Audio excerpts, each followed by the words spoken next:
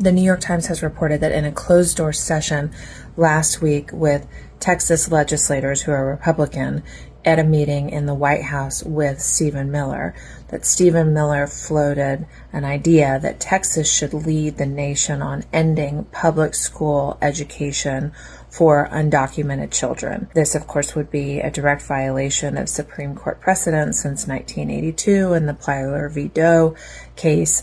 It also goes against what is best for not only immigrants and their children, but for the entire state and everybody in the state. For obvious reasons, it's better to have an educated population, but also studies like the one that came out from the Cato Institute looking at the last 30 years show that while undocumented children do receive public education free, that they still contribute to the economy, even when receiving emergency room health care and public school education. The net result of undocumented immigration in the state of Texas and every other state is a positive and to the tune of trillions of dollars. So it's common sense.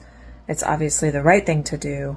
It also is fiscally the right thing to do for people who are unmoved by common sense or humanitarian arguments. It doesn't appear that there was a lot of agreement necessarily in this closed-door meeting, but this is definitely something that we as Texans need to be watching in the legislative session that's coming up in 2027. We know our Democrats would push hard against something like this, but the midterms are going to be really, really crucial.